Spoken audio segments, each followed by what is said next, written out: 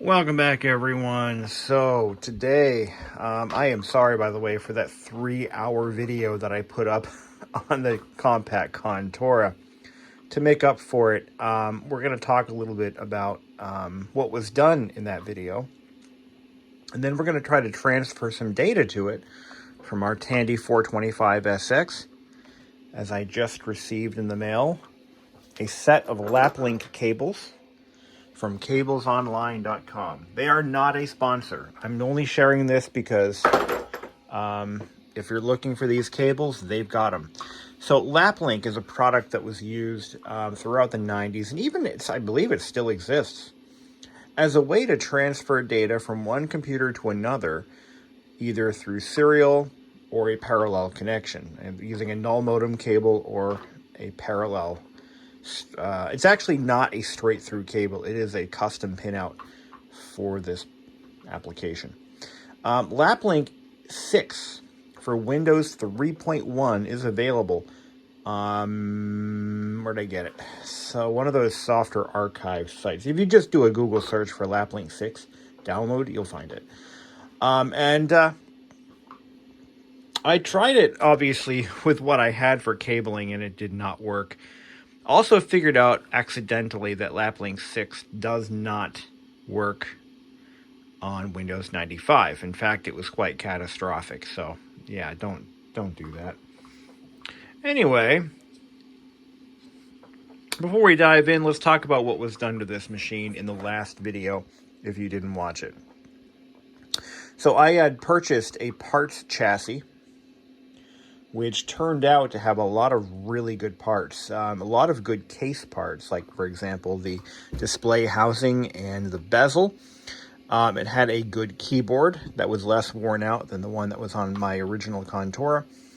It had a good logic board and a good power supply, which we needed both, apparently. Actually, I'm sorry, we only needed the power supply, which I did recap. And I'm going to, and as a little bonus, I'm going to tack that on to the end of this video, so you get to see that again. Yeah, we swapped the power supply out. We swapped out the logic board that was in the parts machine was no good because it needs the PS2 port to be removed and resoldered. This one I've already done that, and I have also secured it with epoxy. So did use a lot of epoxy on this project. I used epoxy to reinforce the unbroken hinge mounts. They are actually completely intact, not a single hairline crack. So we reinforced that with epoxy so that they will never crack. And it has a good, that little plastic spring in the latch isn't broken on this one. What else did we find? It had a good working hard drive. So I now have a spare original Compaq branded Conner Peripherals hard drive for this thing, should this one ever fail. A lot of good stuff. Good top case was in that parts machine without no plastic repair needed. It was perfect. And even the pebble grain finish is nice and intact. Needed a floppy drive, and thank God the parts machine came in clutch. So we've got a good floppy drive. The one that I had originally not only had a fried capacitor that may or may not have caused damage, but it also was dropped off my desk, which may have indeed definitely caused damage. So this machine is now, we'll just call her Patches. Hi, Patches. Well, everything's good. Oh, yeah, don't forget, I also swapped out the, I actually kept my original inverter board because I have already made the necessary repairs and replaced all the caps of the only cap that was on it. I started loading software on this machine. And there's many ways you can put software on a vintage computer. There are many ways, and I'll go over all of them right now. The original method, when it was built, was to use floppy disks. So that's what I started with. I had some disks, a couple of games and utilities, and that's what I started with. Moving up the chain, you could use a serial or parallel cable to transfer data through DOS 622. Actually, other versions of DOS also have this utility. I believe it's interlink and interserver, SVR. It is a fairly difficult utility to use. There's a lot of syntax that's necessary to transfer even a simple file. There's a lot of... I used to use that utility in my younger days, when that was the only thing I had. And I would use I believe I used a null modem cable to transfer data from the laptop that I took to school, which was one of these. It was indeed a Contura 425. And ironically, as it may be, I believe at that point I had a Tandy 486 desktop, which is mind-blowing. But literally would transfer data from one to the other over serial, and it took years, okay? I believe the transfer rate is 1 megabyte per year is the maximum rate over serial. And if you were fancy, you could use parallel, and I didn't have a parallel cable, or at least the correct one, so that was not an option. And that's all built right into DOS. You can do that in DOS, no problem. It's just a lot of work. Well, more so than I'm willing to put into it. Or you could use LapLink, which is what we're going to do here. I've never actually used LapLink before. This is going to be the first time. Now, there's other ways to do it. In a machine, obviously, if you have a computer with a PC card slot, PCMCA or PC card, you can use Ethernet. And that's probably the better way to go. 10BASE-T is probably going to be where it maxes out on these older systems. But Ethernet would be my preferred method.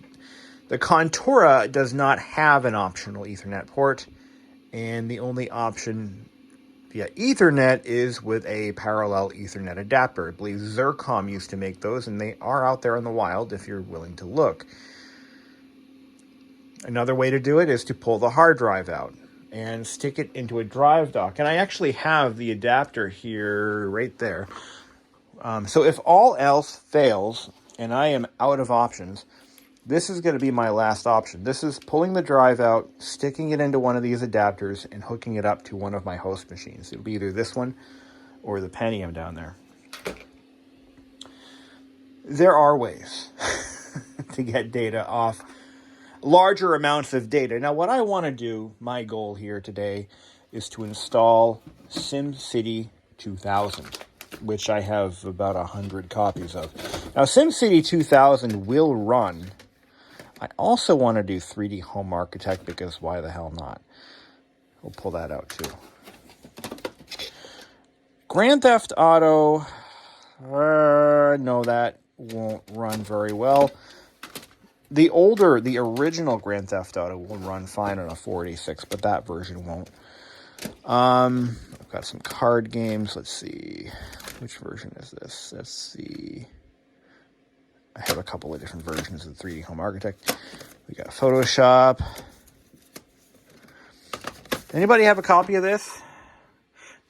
So Digital, not to change the subject, Digital was a local company for Southern New Hampshire. They were a local company, and a lot of people I went to school with had parents who worked for Digital. So when Digital went out and was essentially swallowed up by Compaq, ironically, I found a lot of the local computer stores were giving these away. This is a thank you for 40 years, and it's got all kinds of sound clips and videos, and it's kind of neat. Let's see. SimCity 3000, publisher. What else we got? I have no plans of installing Windows 95 on the Compaq. I had considered it. Now, when I was a kid, my Compaq Contura was running Windows 95. And I made the decision not to install it on this machine that I have now. I've decided that it would be woefully inappropriate and doing it a disservice. The Contura will indeed run Windows 95, no problem. Microsoft Golf, this is the original from 93. Neat. Maybe we'll put that on. But it will run 95, and it runs it well, actually. I gotta say, it runs it pretty well. But like I said, I decided we're going to keep it as Windows 3.1. I've already got a 9. I actually now have three if you want to count the portable. Windows 3.1 portables, which is 2 more than I need, but what the hell, you know? So we're going to start LapLink for Windows on both systems. Do cable, and we're going to do port setup. LPT1.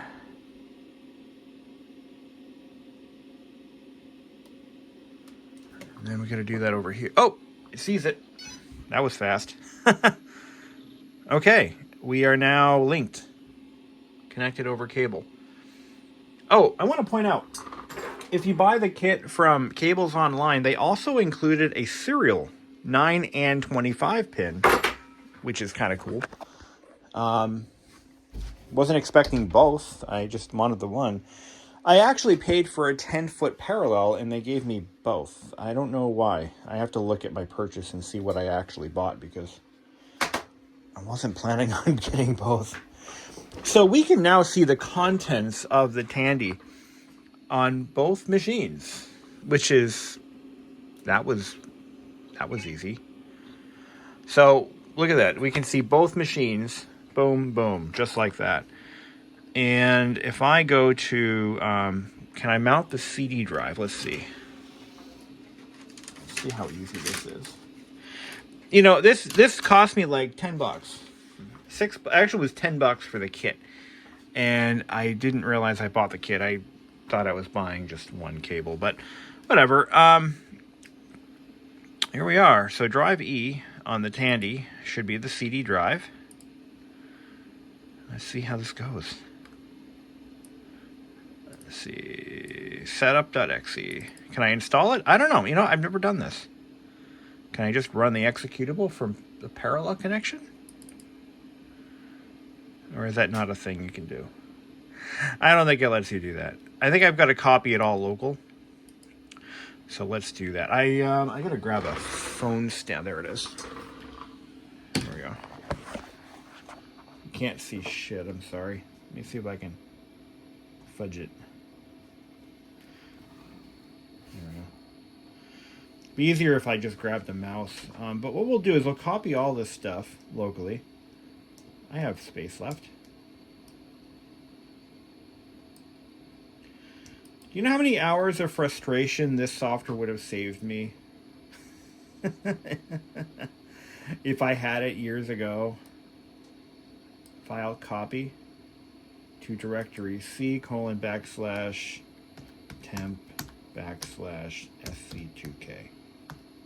Transfer only if. Hi you guys. My kitties are playing. There we go. See how long this takes. 20,000 bytes are required, only 5,000 free. Well, obviously, no, we won't be doing that. Oh, it's a 128 meg. Okay, all right, maybe we can't run the setup. Can we? No, you can't. Oh, you suck. We can't run that. What I can do is maybe cut out the click and play demo, but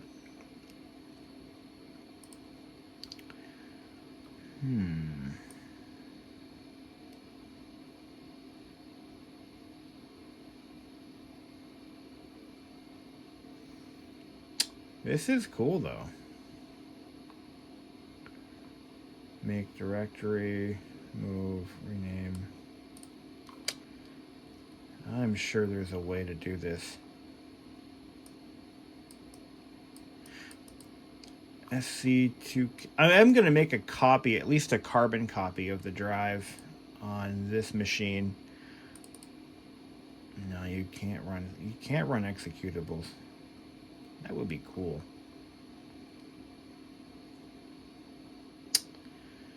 I think my drive is only 120 megabytes-ish to start. And what do we have free?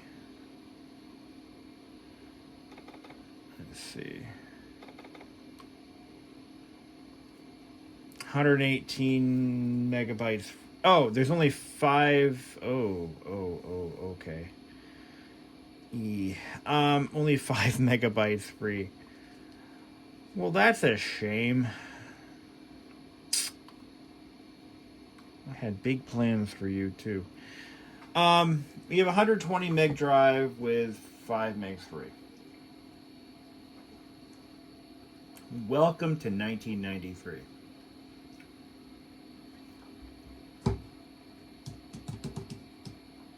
What are we going to do?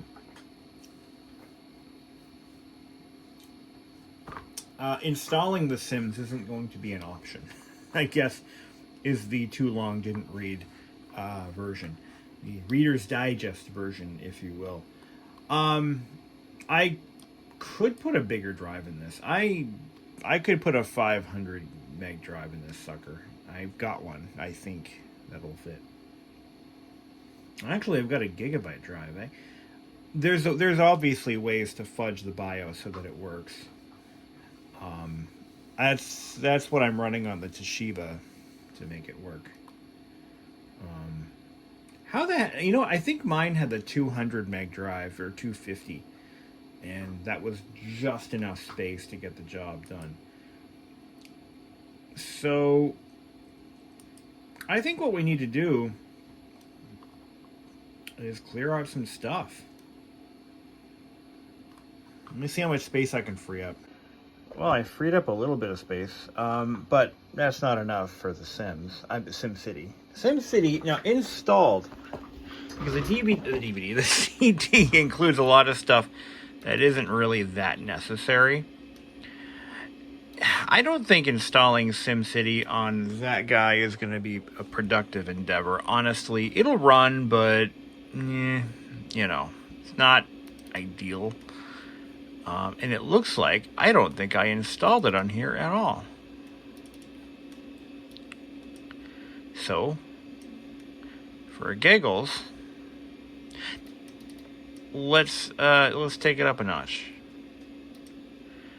I did free up drive D, so we can make a copy of all the stuff on that drive, without issue. But let's install SimCity on this. I guess I didn't install anything on this machine. I thought it was all set up and built and everything, and I was wrong. So there's that. So here we go. Yeah, if you install it with less options,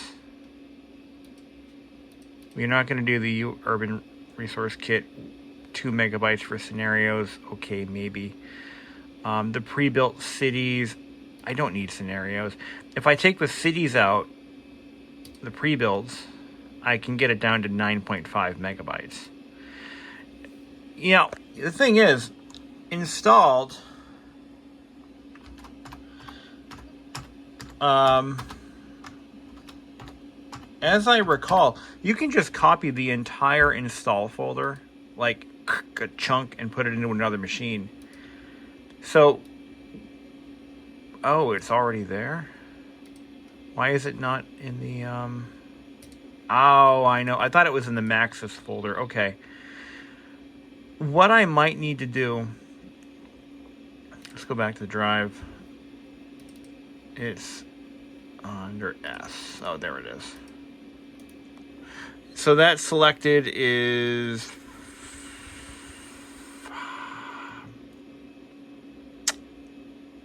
That's 5 megabytes, but that's what's in the folder.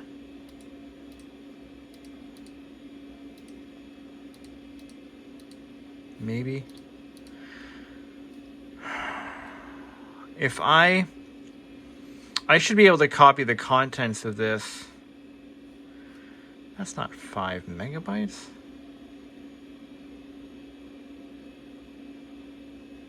It can't be that small. It's like 10. Or more.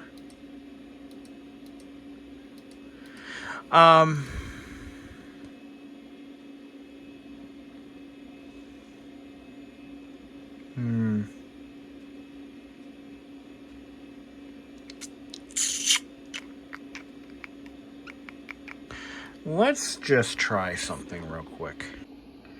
Now, back in the day, for you youngins, you little whippersnappers, back in the day when you installed applications on your laptop, you would more often than not install the cut down versions of those applications. In fact, such applications as Microsoft products, Windows, for example, there's other utilities and bits of software that you could install that had specific laptop install buttons. When you were to run, once you launched the installer, you could do a complete, you could do a laptop install. And that was because laptops typically had smaller drives anyway. They had drives that were almost always smaller than their similar desktop counterparts. When a 200 or 140 or 120 megabyte drive was common on a laptop, a 400 megabyte drive would have been common on a desktop. See, I hadn't quite figured out at the time how to cram the track density into a 2.5-inch drive as they could. Well, then again, I mean, yeah, you can, obviously you can always fit more data on a bigger physical drive than a smaller one. That is a known. I mean, that's just physics. But the track density just wasn't what it is now, obviously. So you can cut down your application sizes and remove useless features that you really don't need. We just freed up a ton of space just by cutting down Excel, which I'll never use. But let's go ahead and do the same thing for Windows Word. Windows Word. I'm reading it. Windows Word. We'll do the same thing for Microsoft Word, and we'll cut it down to a smaller install. So watch this. If I run the setup utility again, I can then pick and choose. I just installed everything when I installed this. I mean, I did the whole package. Not really necessary, especially when you're not going to be using it. I could remove it entirely, but I don't want to. Proofing tools, we'll leave that. That's cool. We don't need the 4 megabytes for online help. The converters and filters, another almost 5 megabytes. You've got wizards, templates, and letters. Oh my, we can cut that down too. I'm going to leave the clip art because clip art. But we just cut out 30 components, which space required, space available. Yeah, it's just going to cut it down overall. Proofing tools. I want word art because of course I do. And I want clip art because of course I do. So we're going to just cut all that out.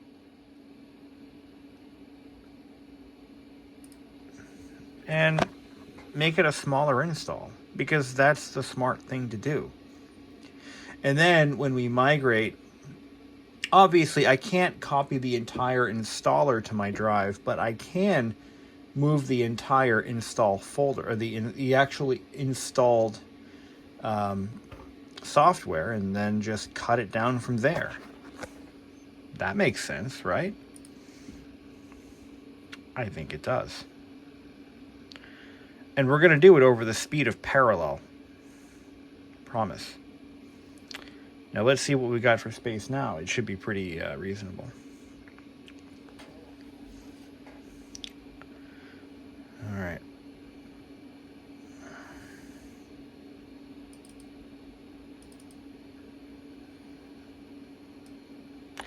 And look at that. We have almost 40 megabytes free just in removing useless stuff that we just don't need. And that wasn't picking through temp files and no. It was just cutting out useless features.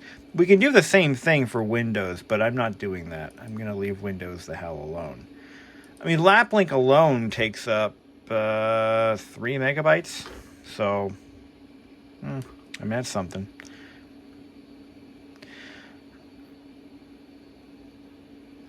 Yeah, I got to remember, this is in kilobytes. This is in bytes.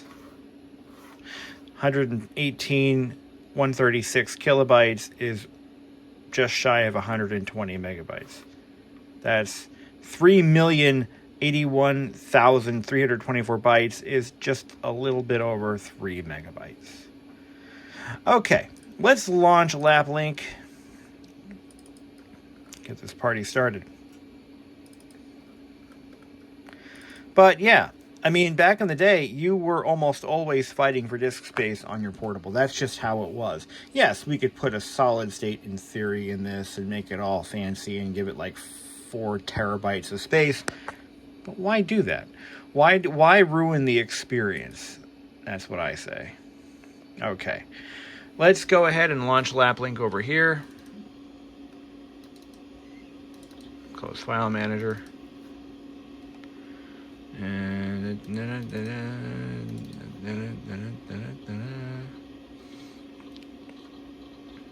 watch it show up. I can't believe how good this works. I really can't. There it goes. It already sees it. Okay. Oh wait, what was that again? I saw file transfer and there was something else. Hold up the phone here. Was there another option like for launching applications? Let's see.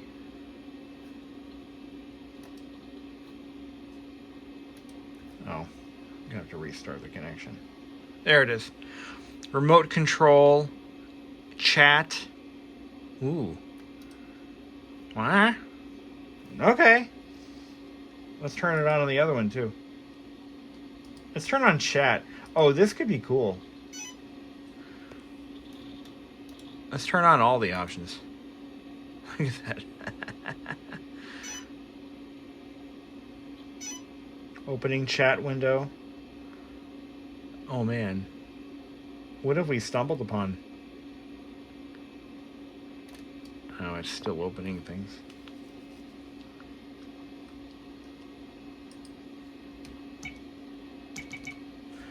No, it's still working. We'll give it a minute.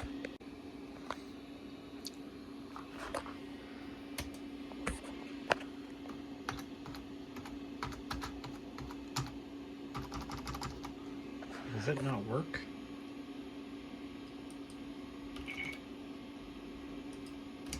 Oh.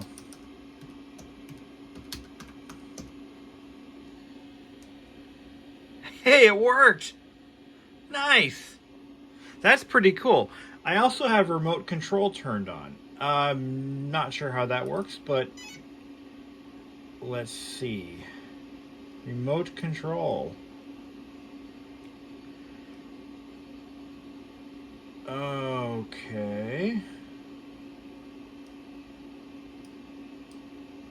What? No way. Wait a second. I'm controlling the Tandy from this over a parallel cable? You gotta be joking, right? That's cool.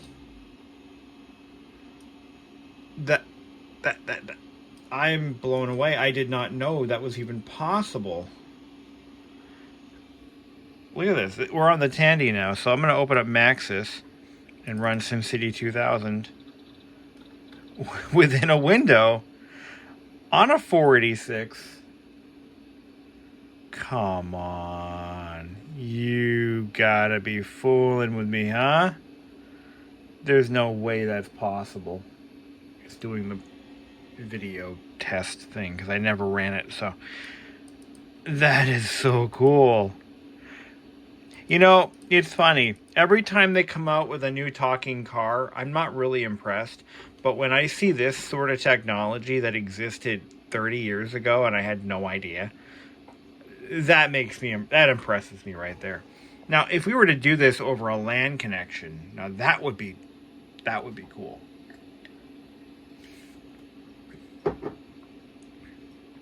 Come to think of it, I believe the software actually failed the display performance test, which is why it's still running.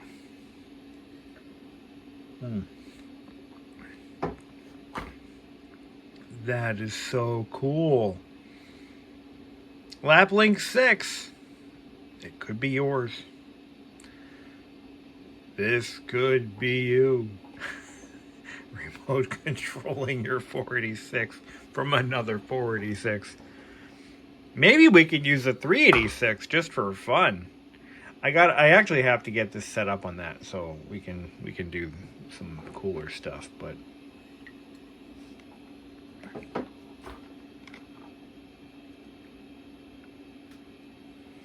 well, I'm impressed.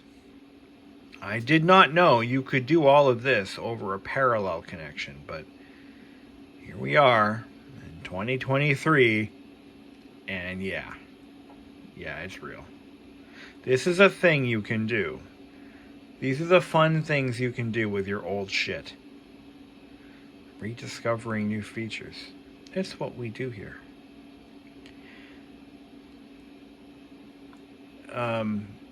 This display test is taking far too long.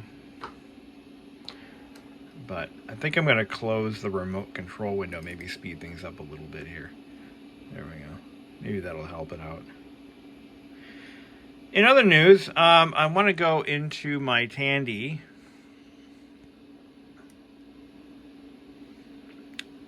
I already have Duke Nukem on here. I'm going to let that finish up. Oh, there it's moving along. Here we go.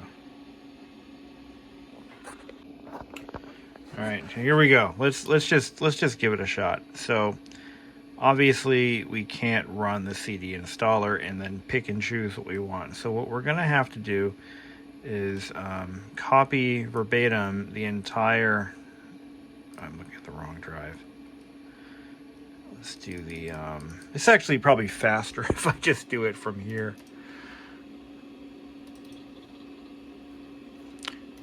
Okay. Minimize that. Okay. So we're going from the Tandy. We're going to do SimCity 2K for Win, and that is 84. Oh wait, no, I'm looking at the wrong. Is there a get info?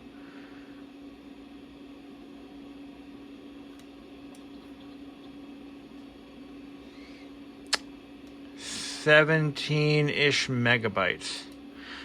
Okay. We don't need sounds because there's no way to play the sounds. We don't need the scenario data. We don't need the cities. Gosh.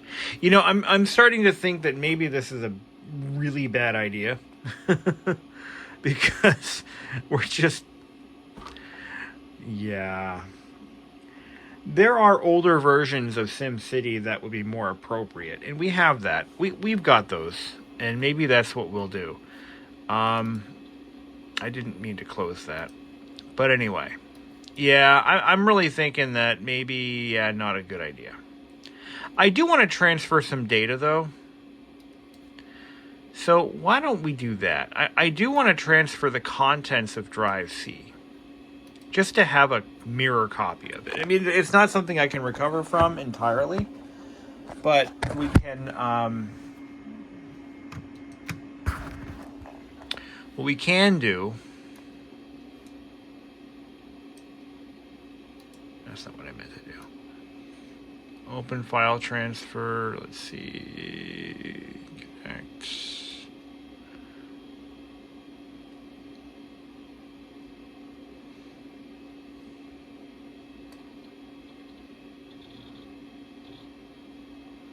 There we go. Let's do this. Tandy. Okay, that's... There we go. Ah! Oops. Look at this. That's neat. Alright, I'm going to make a... So drive D on the Tandy is empty. It's a 500 meg drive. I want to see how long it takes to just copy all of this. Copy it all.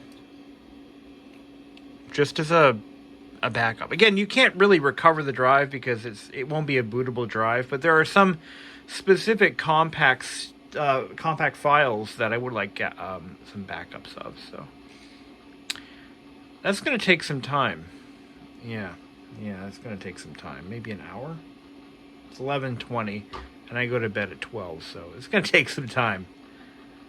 But it's moving along at a pretty good clip, so.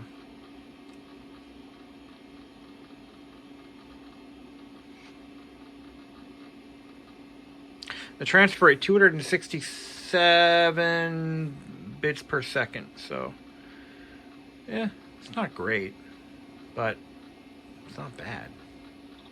Oh no, it's not bad. I could just shut my brightness down on these things and just run it overnight, but I may, I might just cancel it because I am going to go to bed actually, like in a minute, so I don't want to run this overnight. That would be risky. Well, guys, I just wanted to show you guys and kind of learn it myself, the joys of LapLink. Like, who thought, right? The software has been around forever, and I at one point did have a copy, but I didn't have the appropriate cable, and this is many years ago, probably 25 years ago. I had a copy of this, and I never used it because I didn't have the right cables. I just had the software, and I was a kid, so I didn't have money to buy the cables. So, well worth it. Get yourself a copy and get yourself a set of cables, either serial or parallel or both. And this is probably the easiest way to transfer data from one vintage machine to the next. I do believe that the older versions will talk to Windows 95 compatible versions. So I'm going to have to find a copy of that so I can run it on here. It beats using floppies. And it beats pulling drives out and stuffing them into either docks or tearing machines apart to install them physically. It's definitely an improvement over that. And you can even remote control the entire machine. Who thought that was even a thing? I didn't know you could do that. And you can chat. You can chat from one PC to the next. I mean, how awesome is that? Not that it's useful, but and again, if you are a DOS connoisseur, you can always use the built-in utilities in DOS to do the same thing. So there's that, and it also works over parallel and serial. Obviously, this is for somebody who does not actually have the ability to install a network adapter. This Contura is a unique example of a machine that literally cannot be connected without a special parallel network adapter. But sacrifices, I guess. We're already 8%. I mean, that's something. Until then, have a great night. Oh God, what's he doing now? Why is this apart again? Who's talking? What's happening? Anyway, so here's what's happening. I'm in the process of uploading a 3-hour video on restoring this Contura back to factory condition. I mean, as close to factory as it gets. In fact, even improved as we stiffened up the hinges, which were not broken. But if we didn't do this, they will break. We stiffened them up with epoxy. We lubricated the hinges. We took two Chromebooks. I keep saying Chromebooks. We took 2 Conturas and we made one good one. And that is what we did here. And these are the results. I mean, this thing is as good as it gets. And I did actually put my better of the 2 screens back into here. I mean, I went full bore. The one thing we didn't do in that video, because I decided against it at first, but the more I think about it, the more I realize I probably should have done this. We're going to recap this perfectly good power supply that actually works. Let me explain a little bit better as to what happened. Okay, so we were pretty close. We had this thing almost all the way there. It was almost there. And everything was going well with this laptop until it wasn't. So here's what happened. And I will take credit for some of this because it was clearly, it was my fault. Happened on my watch. I did it. I confess. Here's the deal. So I noticed the floppy drive wasn't working properly. And I was still smelling a bit of a fishy odor. The telltale capacitor odor. And I'm thinking to myself, gee, I wonder. So I took the floppy drive out. And I found that there was a capacitor that had been actively leaking and sizzling. Electrolyte was everywhere on the floppy drive. So I decided to repair that. I recapped the floppy drive, and two things happened right around that same time. Two things happened to ruin my day. The first one was when I was taking the keyboard off the machine, I mistakenly left the battery and the power supply hooked up, and I shorted something out. I know I did because I pulled the keyboard forward and I hit the interconnect board, which has exposed contacts on the top. So that's enough to really cause some problems. The other thing that happened, and one of these two events is what actually tanked my power supply. It was the capacitor that I installed in the floppy drive was the wrong one. I misread the value on the capacitor and flip-flopped the numbers around. And it's possible that I could have caused a problem there. I mean, I don't know. But what ended up happening was this transistor right here, you could see it had let loose. Something was causing this transistor to heat up. And from that point forward, the machine would no longer power up. Now, I thought it was the motherboard that I blew up. Usually the case. It's always the worst possible case scenario. And as we later found out, that wasn't the case. It was actually the power supply that I cooked. Power supply could still be saved, but by this point, that thing had been botched so many times from other issues it had. I'm like, it's not worth it anymore. So this is going to be the one that we save. But like the other power supply, this one is going to need capacitors. These aren't leaking yet, but they will. Give it time. They will. So I'm going to mark off where my capacitors are,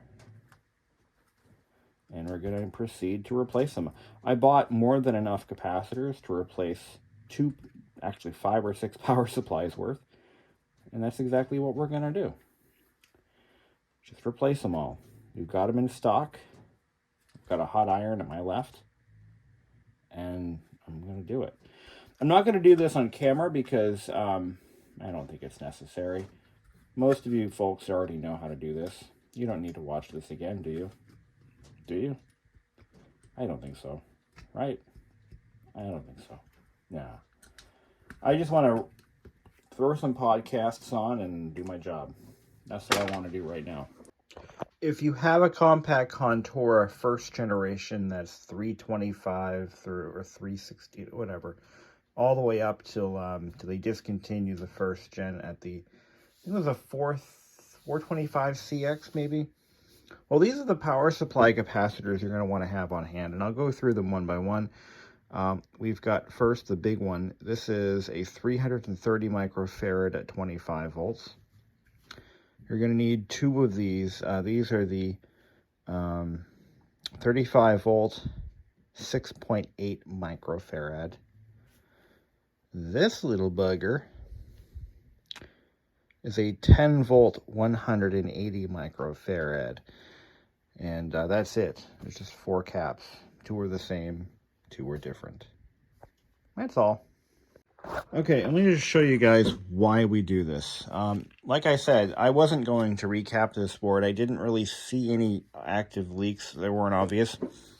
That was until after I started to heat up the solder on one of these. And immediately that freaking odor came out. And look at this. This one right here. Look at that. You can't really see it, but it's got electrolyte pissing out of it. That's why we do this.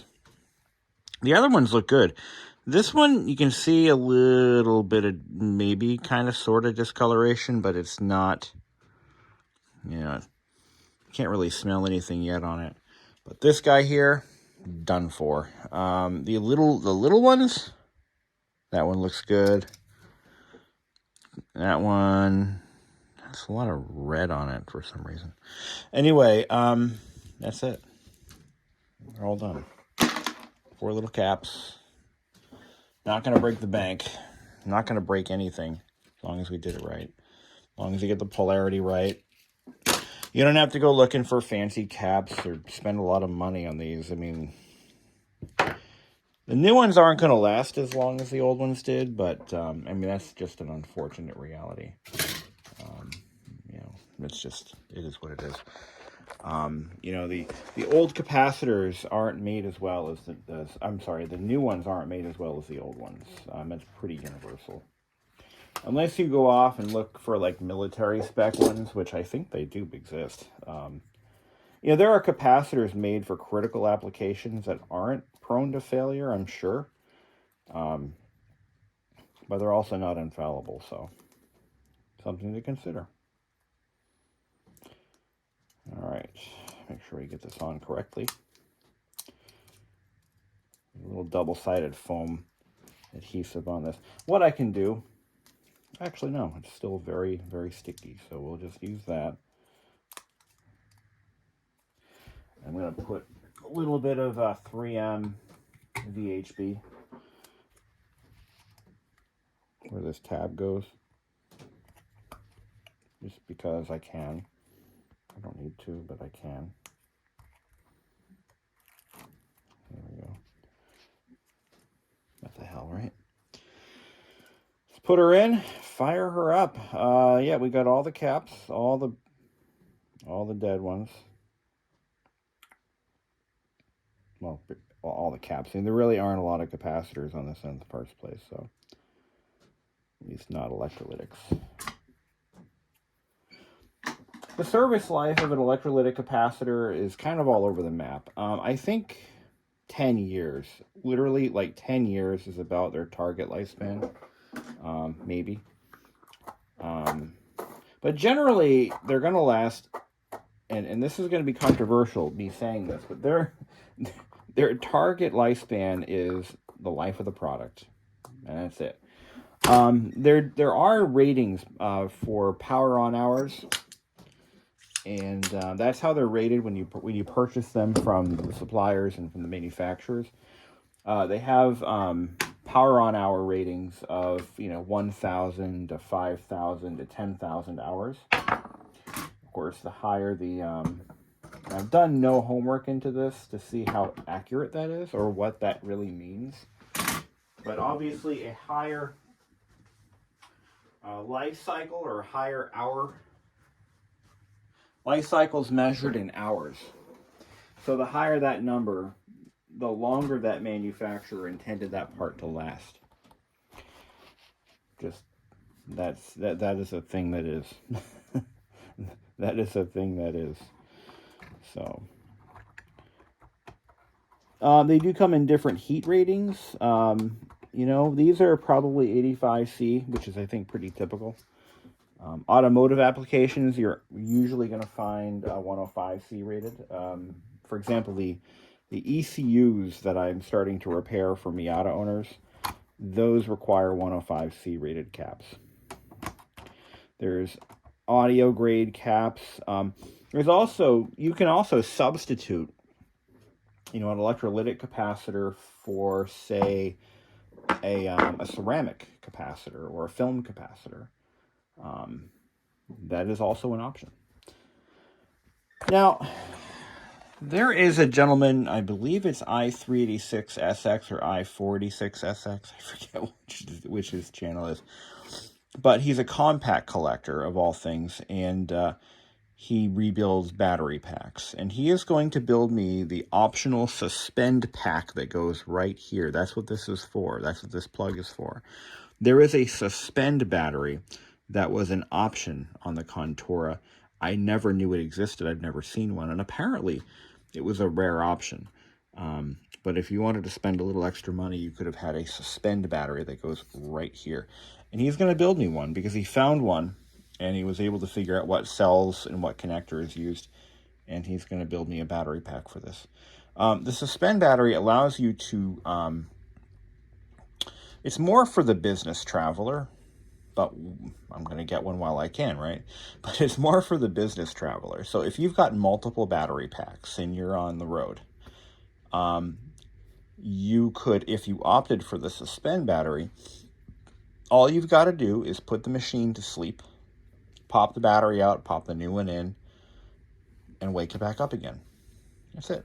It just keeps the memory powered up when the power is off, if the machine is still active, if it's in suspend mode. Normally, if the machine, another thing it does, is it will allow the machine to remain in suspension for a lot longer than if you had just had the battery pack. So if the main battery dies, it's okay. You can still, as long as you suspend it first. Yeah, it's not one of those situations where you're cruising along and all of a sudden the battery dies and no, you still lose your work. But if you heed the warnings and you put it in suspend mode before it dies, then you can reap the rewards. Before I turn it on, before I button it up, I'm gonna turn it on first and make sure everything's okay. That's all. So let's do that. All right. As soon as I put the power to it, it fired up. It will do that if there's no main battery and you disconnect the power source. It will do that. Its default power on state is on. So I think that is a setting we may be able to change in BIOS so it doesn't do that.